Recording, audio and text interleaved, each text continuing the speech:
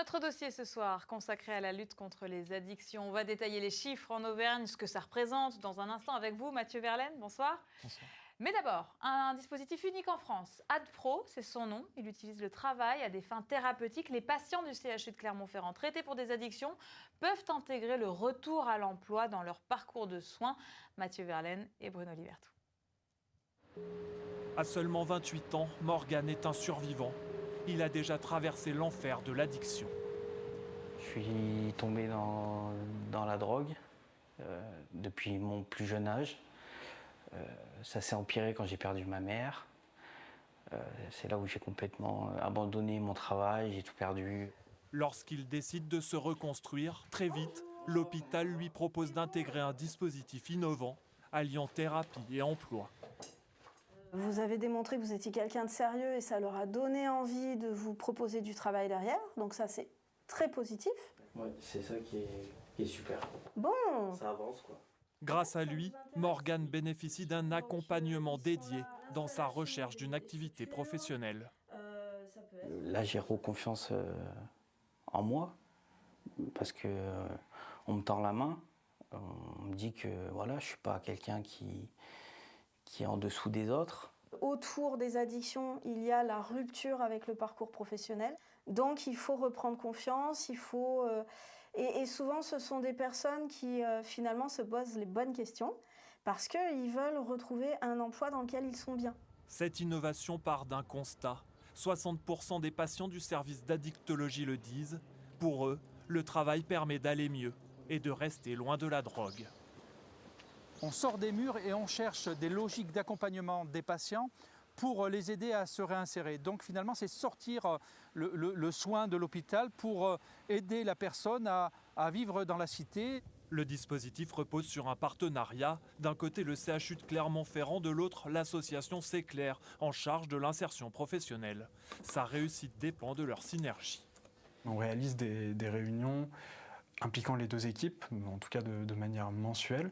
Ça permet vraiment de faire le point et d'assurer une continuité presque dans le soin pour la personne, car même après l'hôpital de jour, on aura la possibilité de l'orienter de la meilleure manière possible et d'assurer, on va dire, une continuité relativement innovante en termes de soins.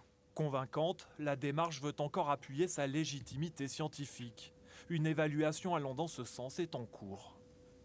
Notre objectif, c'est de pouvoir, c'est pas de garder ce savoir-faire pour nous, c'est vraiment de pouvoir permettre à d'autres structures d'offrir cette double expertise. Après quelques mois de suivi pour Morgan, les effets se font ressentir. Le Morgan de maintenant, il a plus confiance en soi, il fait plus de choses, il est plus motivé, et voilà. Abordé auparavant à la toute fin des soins, le dispositif AdPro bouscule la prise en charge des personnes souffrant d'addiction, en plaçant au début la question de l'emploi. Il a d'ailleurs été récemment récompensé par un prix soulignant son caractère innovant. Mathieu, vous êtes l'auteur du reportage, vous avez étudié le sujet de près. Combien de personnes ont déjà pu être accompagnées par ce dispositif ? Eh bien pour commencer, Marie, les débuts de ce dispositif AdPro, sa genèse, c'est en 2023. Et c'est donc à partir de 2024 que les premiers patients sont suivis. Les équipes du CHU de Clermont-Ferrand et l'association C'est Clair ont accompagné 43 patients donc en 2024. Mais toutes les personnes que vous avez rencontrées ne peuvent pas intégrer ce parcours. Eh bien effectivement, sur les 43 patients de 2024, et pour différentes raisons, seuls 20 ont été orientés pour démarrer de façon intensive l'accompagnement. En 2025, l'objectif affiché, il est cette fois de 50 personnes suivies. Et à la date du reportage, c'est-à-dire la semaine dernière, les équipes comptabilisaient déjà 30 personnes suivies. Dites-vous que 72 autres sont déjà dans ce que les professionnels appellent la phase d'approche, c'est-à-dire une phase où on va expliquer le dispositif et voir la motivation des patients à l'intégrer. Et c'est simple, le professeur Brousse l'expliquait, vous l'avez vu dans le reportage, ce sont maintenant les patients qui viennent à lui pour intégrer le dispositif. Et oui, c'est ça, là, beaucoup d'intérêt du côté des patients. Et du côté des entreprises, comment voient-elles cette initiative ?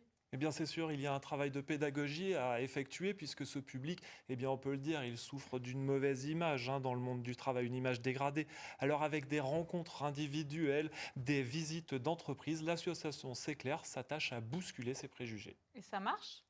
Et ça marche, oui, effectivement, puisque de plus en plus d'entreprises participent, en plus des sociétés d'insertion professionnelle ou des agences d'intérim, eh bien, il y a de grands noms qui s'associent à AdPro, comme Limagrin ou encore Vulcania.